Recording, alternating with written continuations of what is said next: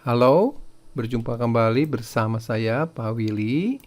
Hari ini kita akan membahas mengenai soal UTBK 2019 pada materi listrik dinamis. Soalnya sebagai berikut ya. Dua buah sumber tegangan, dua buah hambatan identik, dan sebuah ampermeter ideal disusun menjadi rangkaian sederhana seperti ditunjukkan pada gambar A. Ini gambar A, ini adalah rangkaiannya. Ini dua sumber listrik. Kemudian di sini ada dua hambatan yang identik sama hambatannya. Dan di sini ada ampermeter.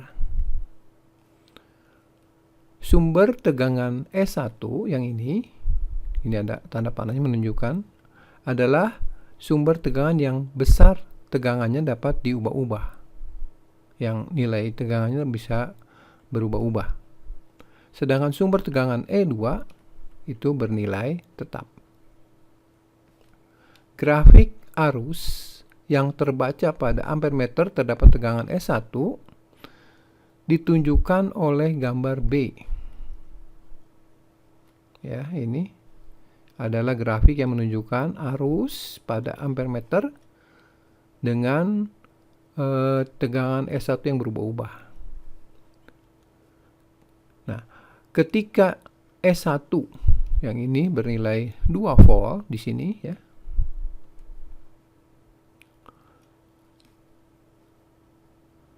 Beda tegangan antara A dan F adalah ya, baik, kita langsung bahas soal ini. Kita lihat lagi gambarnya di sini. Ini adalah rangkaian listriknya. Baterainya 2 ya, hambatan identik R dan ampermeter. Ini adalah grafik yang menghubungkan antara arus yang melewati ampermeter dan juga adalah GGL yang dihasilkan oleh baterai S1. Di sini ada dua buah koordinat ya.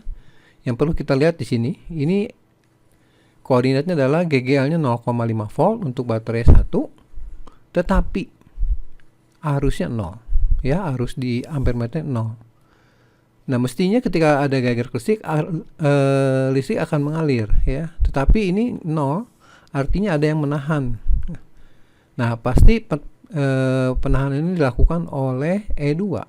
Jadi artinya baterai E2 itu mempunyai gaya gerak listrik yang sama dengan sini, tapi dalam arah yang berlawanan ya.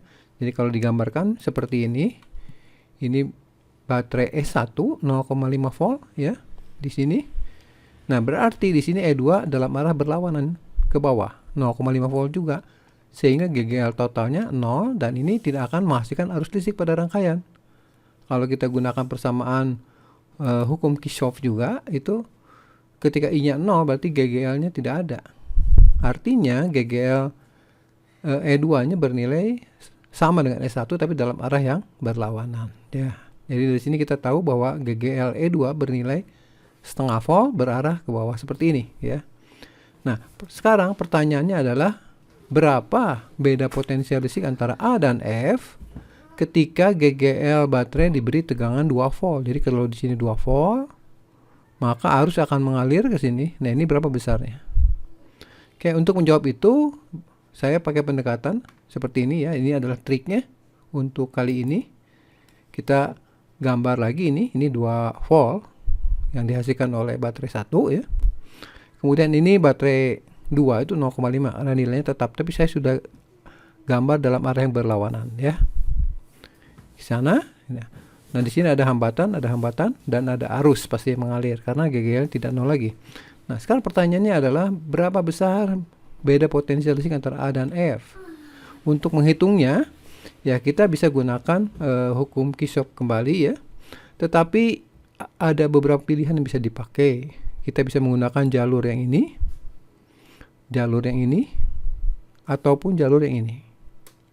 Semuanya akan menghasilkan VAF yang sama.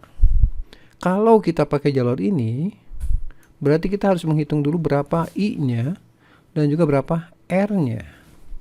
Demikian juga jalur yang ini. Tetapi ketika kita memilih jalur yang ini, maka tidak akan ada hambatan antara titik A dan F lewat jalur ini, tetapi arus tetap mengalir. Dan kita memang tidak perlu tahu juga berapa arusnya karena hambatannya 0. Dan kalau kita gunakan hukum Kirchhoff-nya ya untuk menghitung VAF, sigma IR dikurang sigma E.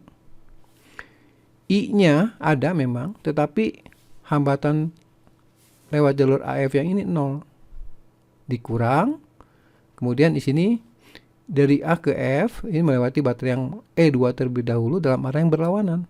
AF-nya ke atas arahnya, tetapi baterai E2 ke bawah. Jadi di sini diisi minus.